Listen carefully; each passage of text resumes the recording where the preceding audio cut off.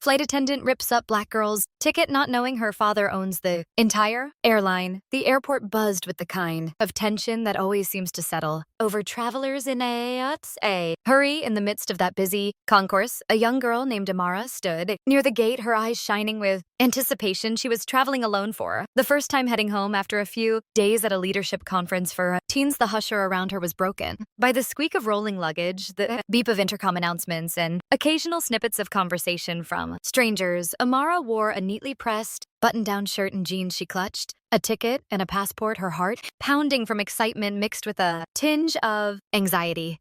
She knew her father's position in the world was significant, but she had grown up hearing him say that each person was more than their material success, and that humility cost nothing. Despite that, a wave of nervousness passed through her whenever she was in a public space where no one recognized who she was or who her father happened to be. Still, she tried to remember her father's words, reminding herself that good character and kindness were the most important things to carry. She approached the gate counter and greeted the flight attendant with a polite smile. The attendant, whose name tag read Gloria, barely acknowledged Amara. Her lips pulled into a taut line as she scanned the ticket. Gloria's eyes briefly flickered over Amara's face, and her braids then landed on Amara's name. Are you traveling alone, Gloria? Asked, her tone sharp.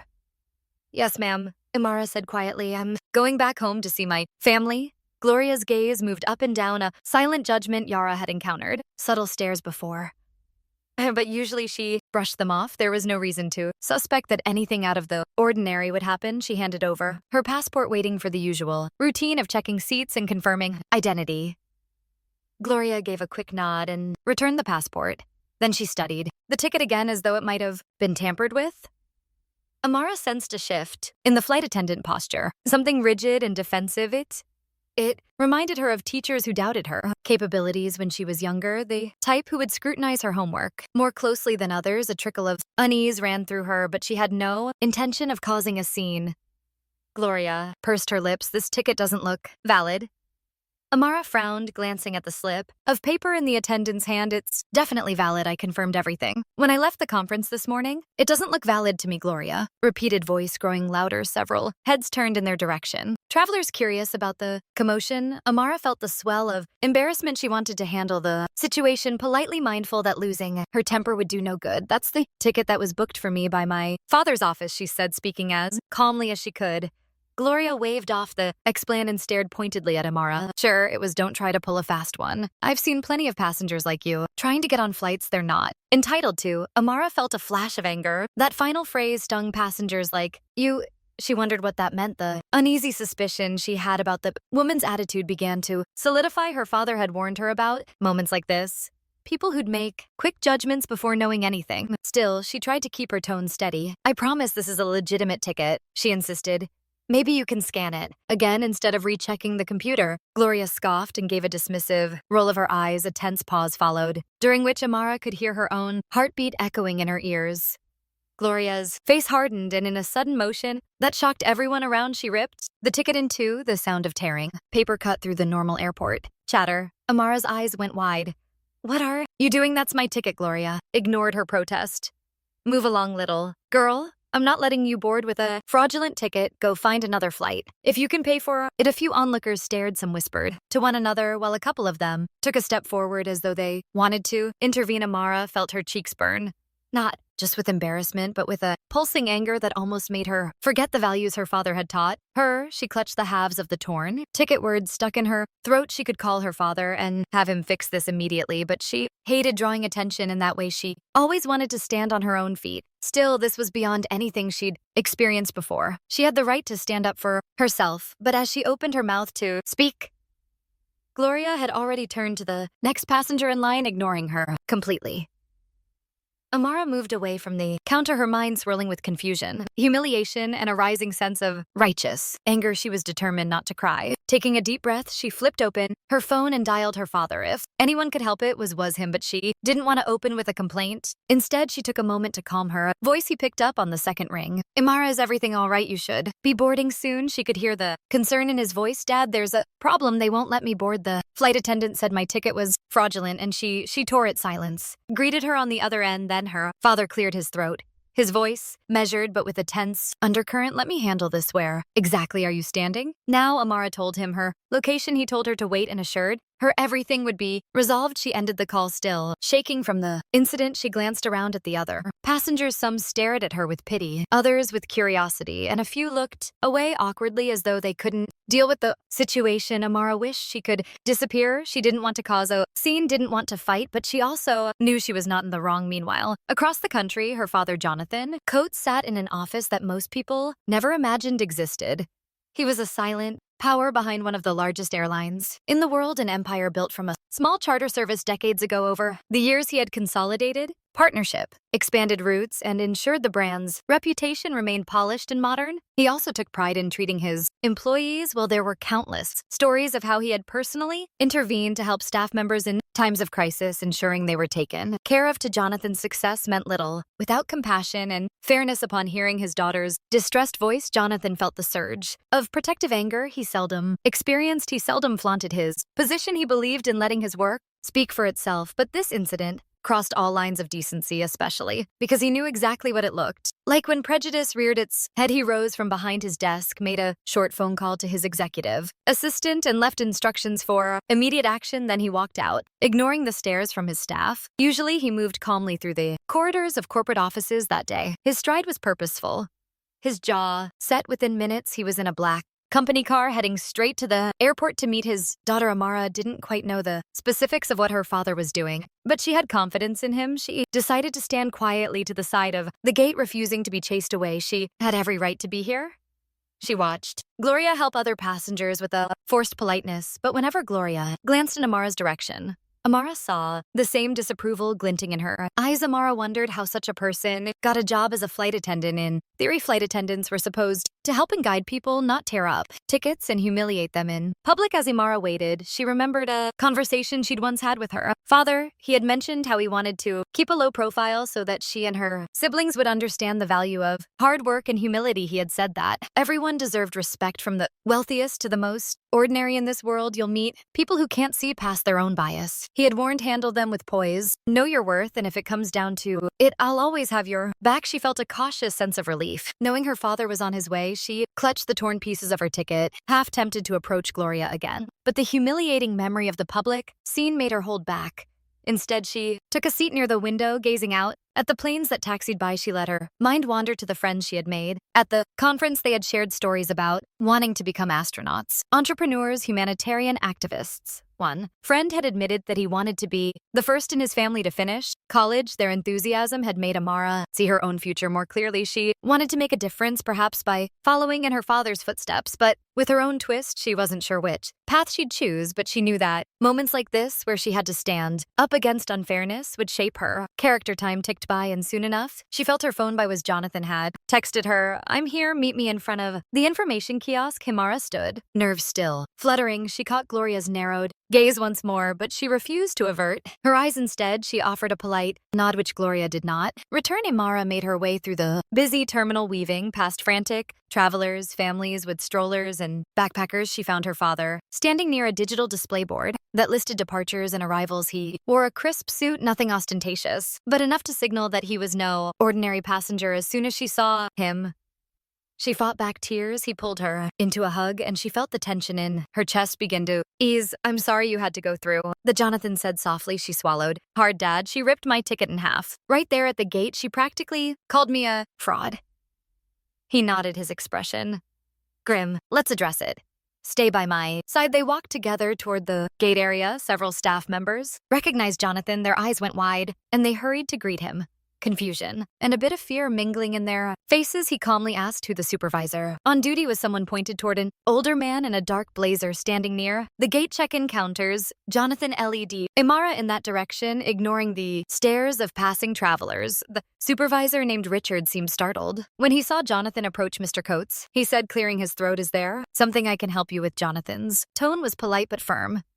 "Yes, Richard, my daughter's ticket was destroyed by a Utsero.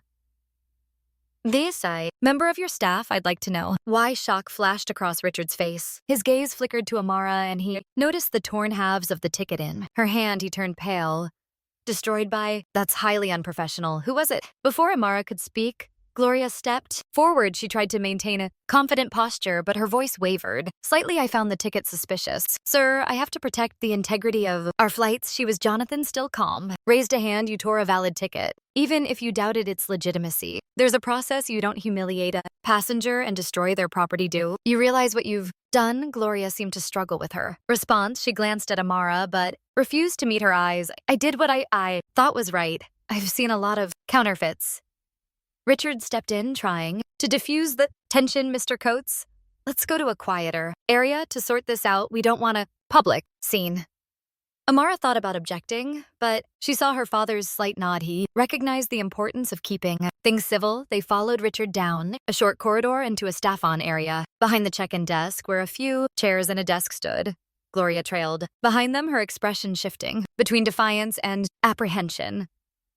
Jonathan motioned for Amara to sit, then turned to Richard. I'm not here to cause unnecessary trouble, but this incident must be addressed. My daughter was treated unfairly, and for your information, I paid for her ticket in full through legitimate channels. There is no excuse used for an employee to act like this. Richard nodded, wringing his hands. I agree. Sir, this is unacceptable. I sincerely apologize on behalf of the airline. Gloria opened her mouth as if to protest, but no words came out. Amara watched her, feeling a mixture of anger and sadness. She knew this moment was a chance to teach a lesson, or perhaps to find some accountability. Jonathan continued, his voice low. We pride ourselves on treating all passengers with respect, no matter who they are. If an employee is showing bias, that's not just a personal failing. It undermines our company's core values. Richard cleared his throat. Of course, sir, we'll take immediate disciplinary action.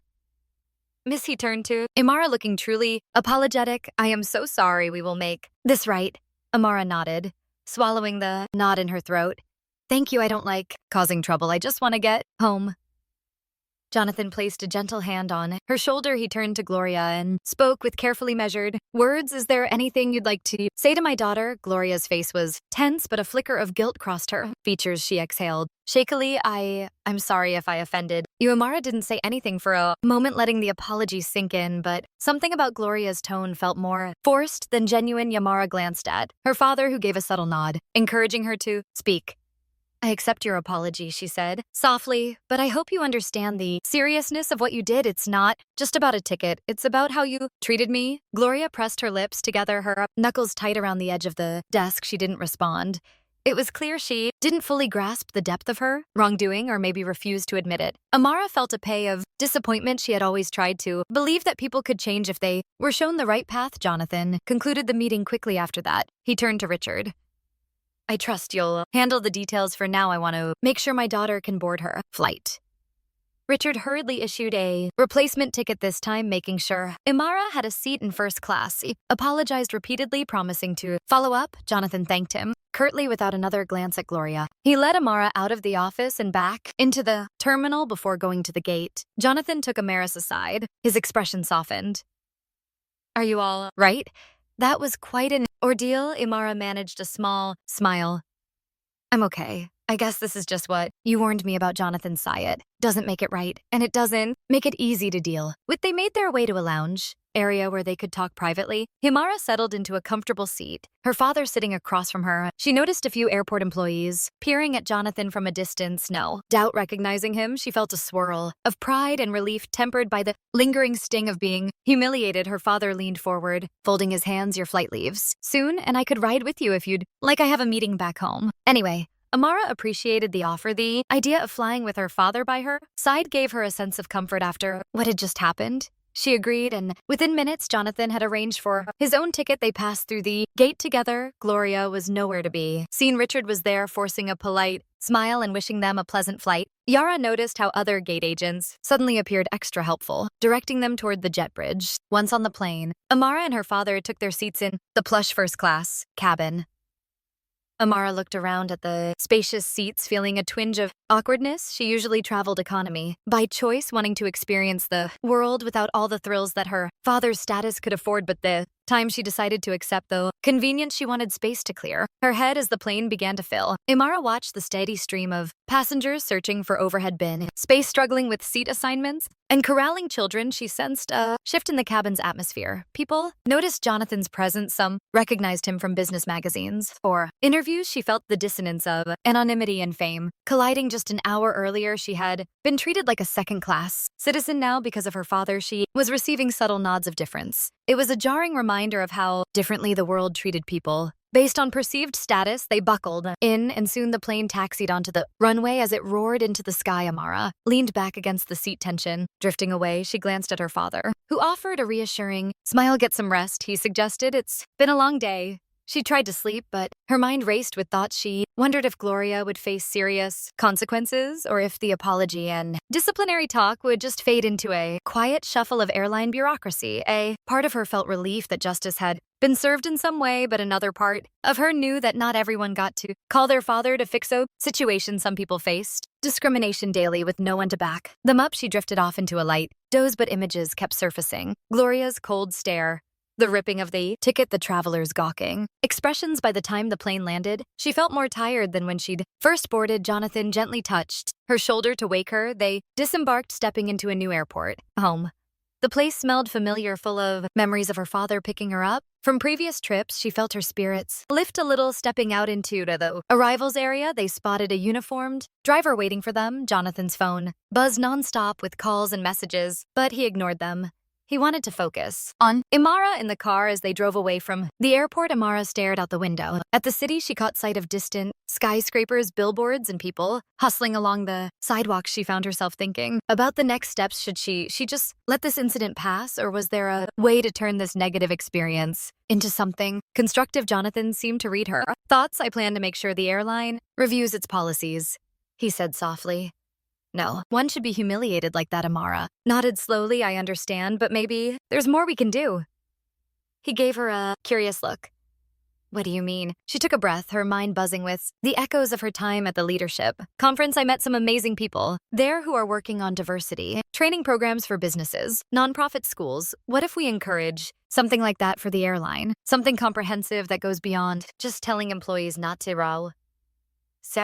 Discriminate. A thoughtful expression crept over Jonathan's features. That's not a bad idea. It could be beneficial not only in preventing situations like yours, but also in fostering a stronger, more unified company culture. Amara felt a spark of excitement. I can reach out to some of the contacts I made. I'm sure they'd be eager to help. Jonathan smiled, genuine pride in his eyes. I'd like that. Let's discuss it more once we get home. For now, let's rest. Rest, and we'll take action in the morning. They continued along the highway, the city lights flickering by in a bright mosaic. Amara let out a long breath, feeling a mixture of relief and renewed determination. She knew the journey ahead might not be simple. People like Gloria existed in every sector of society, but Amara believed that one could push for change, even if it started with small steps. When they arrived at their family home, modest yet elegant residence that Jonathan had chosen for its warmth and comfort, Amara felt the tension fully melt away. Familiar staff greeted them with friendly smiles. Amara's mother, Angela, hurried to the foyer, her eyes lighting up as she saw Amara. They embraced warmly. Angela stepped back, concern creasing her brow. I heard what happened. Are you all right?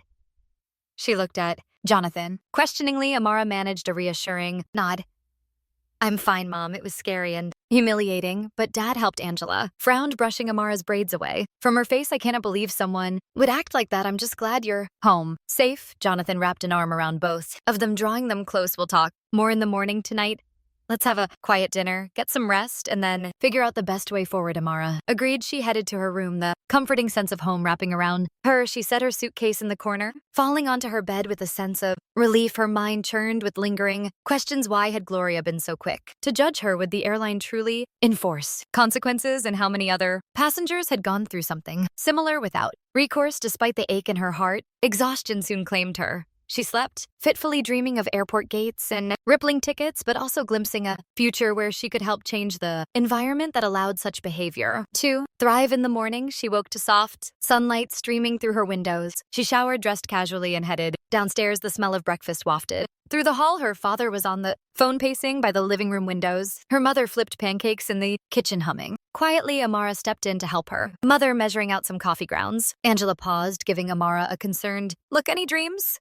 Amara nodded, forcing a small laugh, the usual replays of humiliating moments, but I feel better. Now Angel Ang sighed. Sympathetically, you know we're here for you and your father will handle the official side of things, but if you want to talk about anything, I'm here, Amara. Appreciated that offer?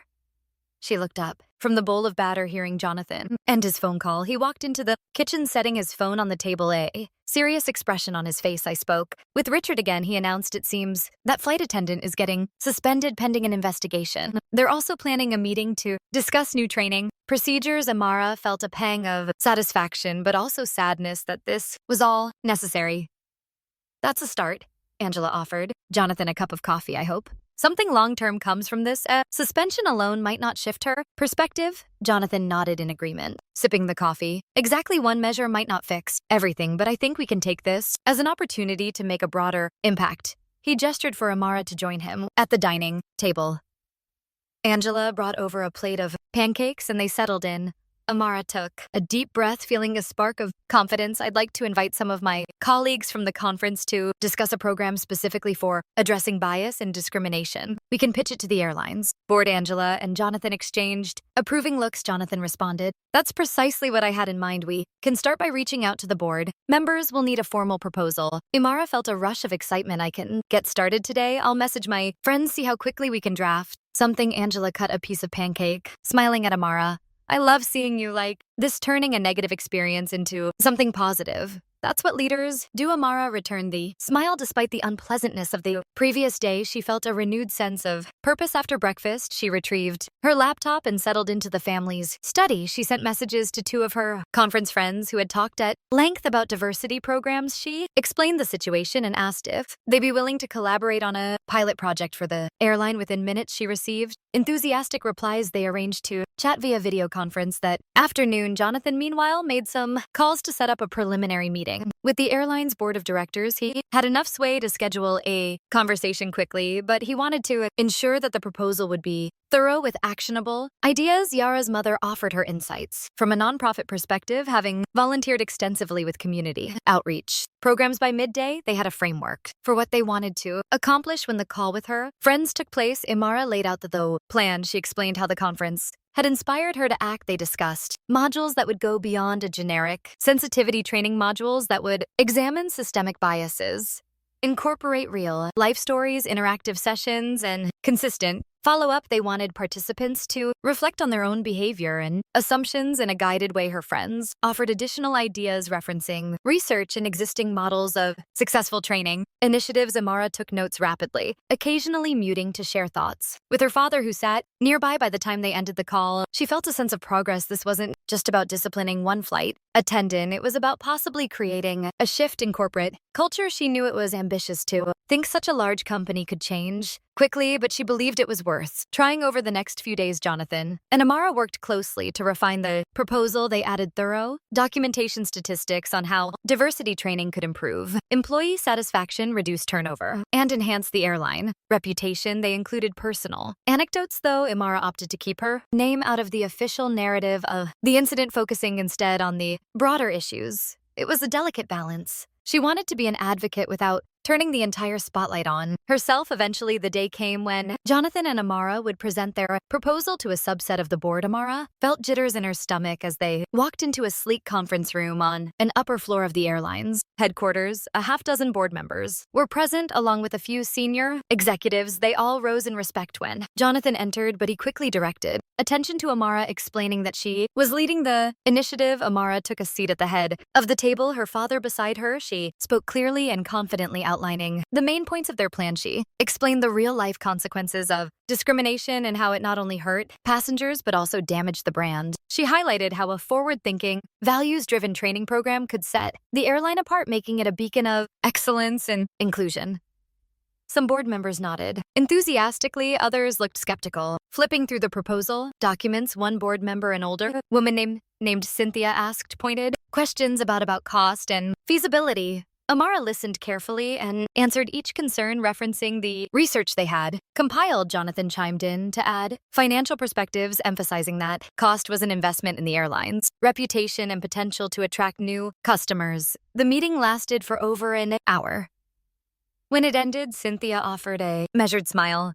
This is ambitious, but I see the merit, well, definitely discuss it further at the full board meeting. Jonathan shook hands with the executives, thanking them for their time. Imara felt a swirl of relief. It wasn't a final victory, but it was a good first step. Her father turned to her as they left the building.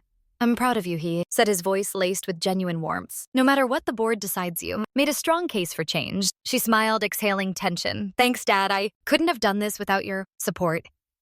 He patted her shoulder.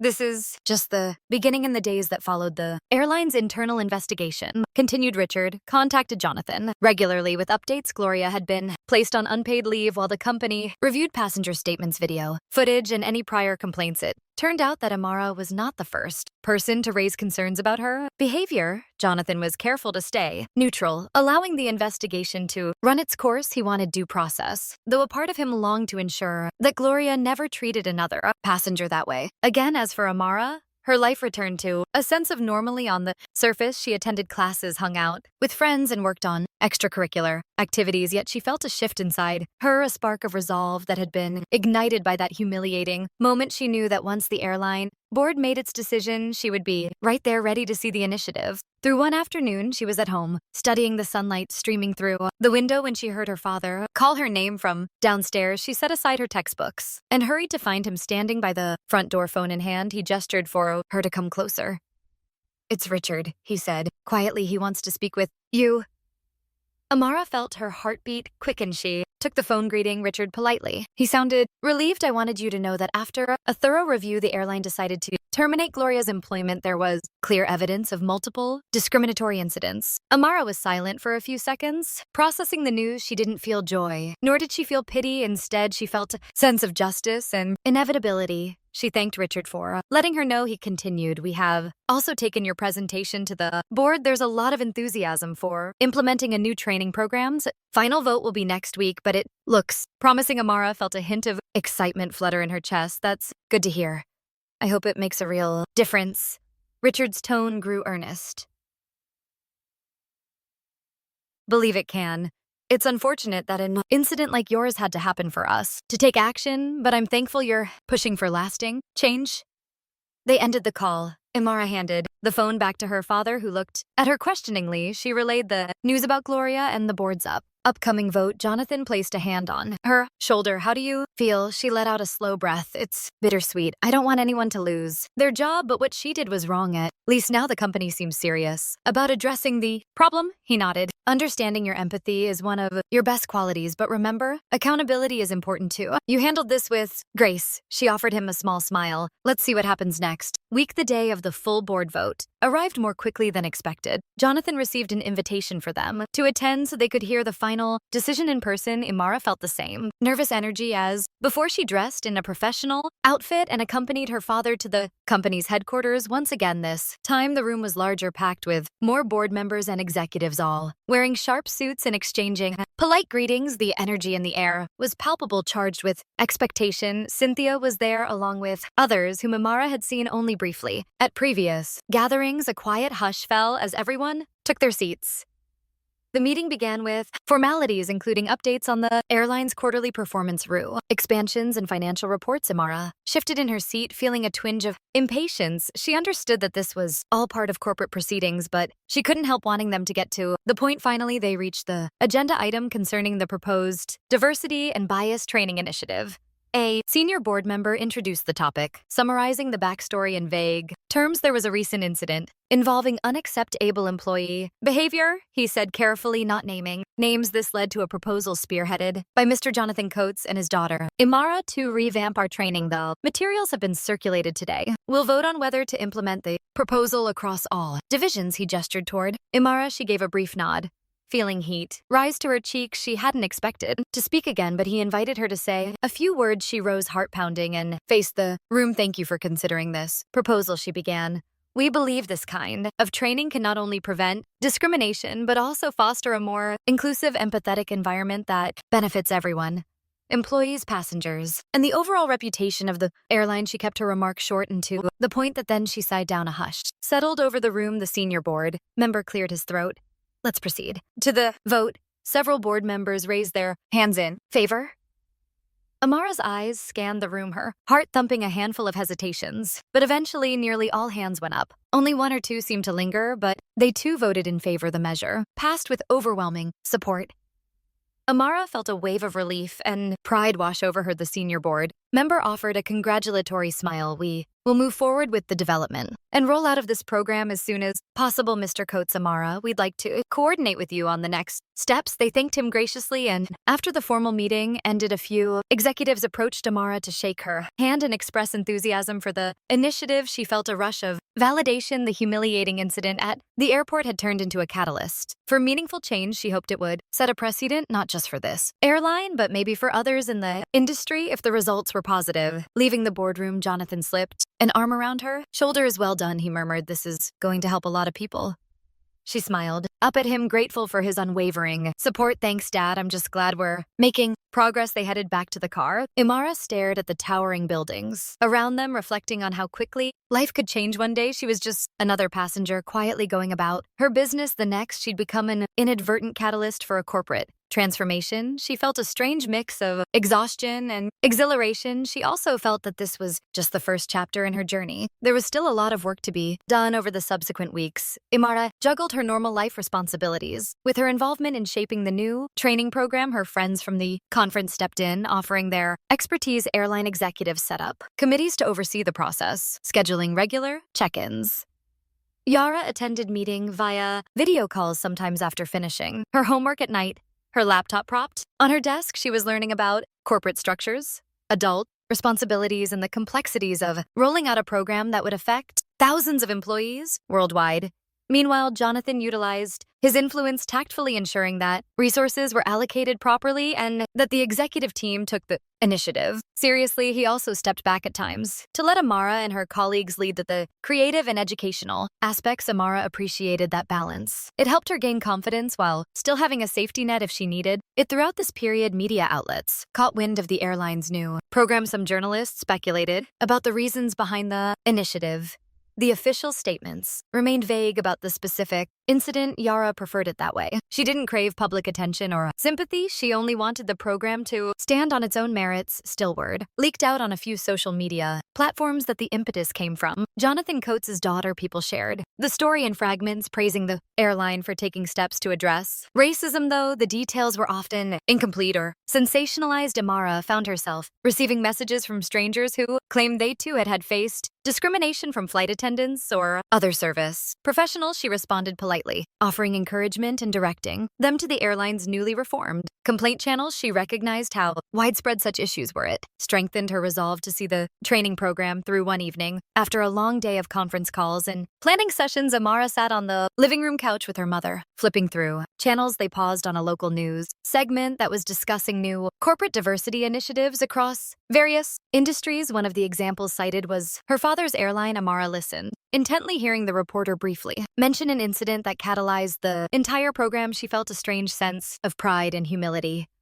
Angela muted the TV. "You're doing good work," she said. Softly, Amara leaned her head on her mother's shoulder. "It feels surreal sometimes, but it also feels right." The following week marked the official launch of the pilot program. The first modules were rolled out to a select group of employees, supervisors, HR managers, and some volunteer flight crew members who agreed to test the materials. Amara and her colleagues monitored the sessions through feedback forms and video recordings, making real-time adjustments as necessary. Some participants reacted positively, sharing that they had never examined their own biases so closely before. Others were skeptical, feeling it was unnecessary, but overall, the initial response seemed promising. As words spread internally, more employees signed up to participate voluntarily even before it became mandatory. This wave of interest reassured Amara that they were on the right track. She, Jonathan, and the rest of their small team continued refining the content, preparing it for a company-wide rollout. About a month after the pilot began, the airline announced that all employees, regardless of role or seniority, would be required to complete the training that included top executives, ground staff, pilots, and flight attendants. Amara took a moment to reflect on how much had changed since that day. Gloria had ripped her ticket She thought about how one moment of cruelty had opened a door to dialogue and action. That same week, Jonathan and Amara were invited to attend a gathering at an airport lounge where employees who had completed the pilot training would share their experiences. Amara was nervous, but also excited to meet the real faces behind the statistics she'd been monitoring. When they arrived, they found a room filled with employees from various backgrounds, all wearing name tags. Some recognized Amara and approached her with words of thanks or curious questions. A flight attendant named Maria confessed that she initially doubted the need for such training. I always thought I treated everyone equally, Maria said, but the sessions made me realize that sometimes our subconscious biases can influence how we interact with passengers. I caught myself being extra short-tempered with people who reminded me of a difficult passenger once had. Amara nodded, listening intently. I'm glad. The program helped you see that. Maria smiled. Yes, and now I'm more deliberate in how I treat people, especially if I sense I'm jumping to conclusions. Thank you for championing this. Another staff member, a security officer named Malik, said he appreciated the practical tips on de-escalation and empathy. I've seen a lot of tension at airports. People are stressed, worried about flights, luggage missing, connections. It's easy for misunderstandings to escalate. This training gave me new tools. Amara felt her heart war at these testimonials. At one point, the sound of laughter rippled through the room as employees swapped stories of awkward moments. It was a stark contrast to the hostility she had faced at the gate. She realized that for every Gloria, there were dozens of employees who genuinely wanted to do better. Toward the end of the gathering, Richard, the supervisor who had handled Amara's complaint, approached. He looked more relaxed than the first time she'd met him. It's been quite a journey, he said with a smile. I never imagined we'd be here launching this company-wide, but I'm glad we are. Amara returned his smile. Me too. He paused, then added, I hear you'll be attending college soon. Any idea what you want to major in? She shrugged lightly.